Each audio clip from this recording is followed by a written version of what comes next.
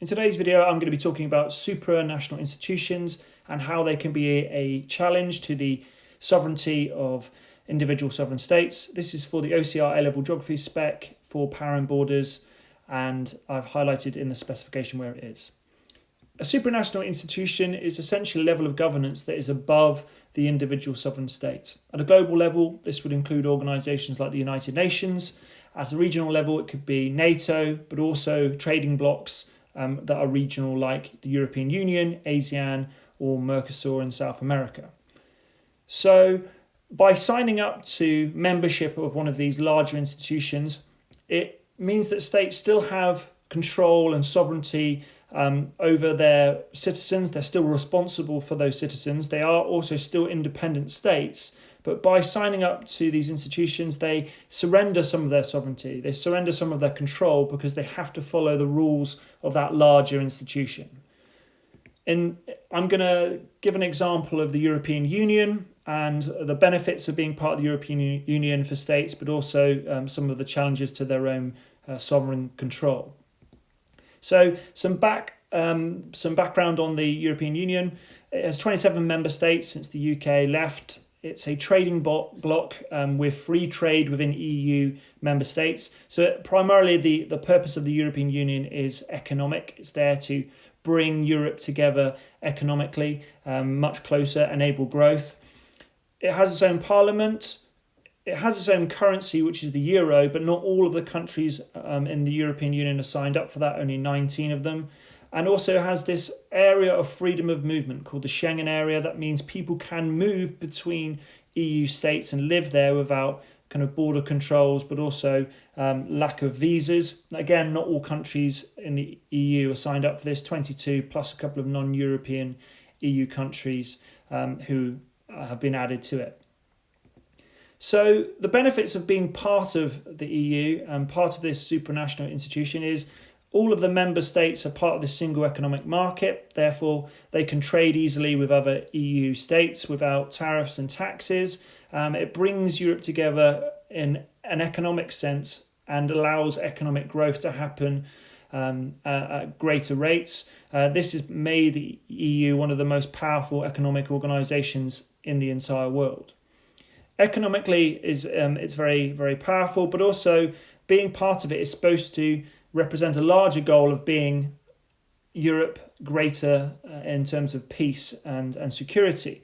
By being part of it, states are supposed to look out for each other and protect each other. They have something called the EU Mutual Defence Clause.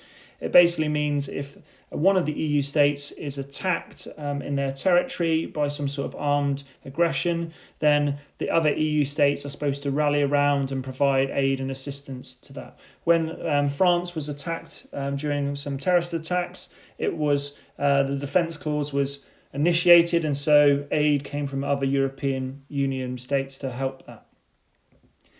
There are also other things that happen in Europe that don't just stop in national borders. Climate change, air pollution and terrorism are all examples of things that are transnational. They aren't restricted to the borders of sovereign states. So being part of an organisation like the EU, they can actually set regulations and laws and standards that are therefore uniform across lots of different states, which means rather than have a slightly fractured approach to these big problems, you get a more efficient a way of dealing with it, especially because these issues cross borders and don't just stay in sovereign states. An example I've used here is that the EU, through the European Environment Agency, sets a limit of 25 micrograms per metre cubed for air pollution on PM 2.5, which is particulate matter. That means all EU states are trying to keep their limit to that to make sure air pollution stays at a pretty low level, and therefore you don't get huge problems with health that are across many European states. Another example is Europol, which is the law enforcement agency for the EU, essentially the EU police force. They actually share intelligence, criminal intelligence between the member states, so they can deal with those issues like terrorism and organised crime, which again don't normally stay in one state. Terrorist and organised crime activities often happen across states. So by being able to share intelligence between the states, they are able to combat it much easier. Europol is essentially a information spreading service between the member states. They can't actually really make arrests unless they have permission from that member state. So you're giving up some power by allowing Europol to know your information about what's going on in your country, but they're also being able to keep power by not allowing an external force to come and kind of police them in their own state. However, there are some negatives of being part of a supranational institution. States do give up some of their power, but because when they sign up for the EU, they have to actually implement EU laws, even if they haven't actually voted for them. So an example is the idea that EU law supersedes national law. That essentially means that they take the place of any national laws, especially in the instance where a national law contradicts an EU law. So in the balance of power, if there's a contradiction between a national law and an EU law, the EU law will always win. The example I've given here was saying that if a member state said that men couldn't own property, but the EU law said that they could, the EU law would completely overrule this. An example of this is the common fisheries policy. This was something that EU states signed up for, and one of the rules in the policy was that all EU states can fish in any of the kind of exclusive economic zones of other EU states.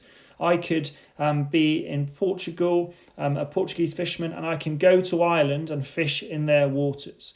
One of the negatives of this is that the states actually lose the authority over those fish stocks within their own exclusive economic zone by being part of it. And so what you do get, as an example, you get fishermen from other EU states coming into different EU waters to use the fish and fish there. This is one of the primary reasons why some people in the UK wanted to leave the EU, part of Brexit, because they wanted to take control over their fishing stocks and the sovereign authority of their exclusive economic zone. So we can see that there are both negatives and positives for being part of a supranational institution, and there are issues that challenge sovereignty because of that.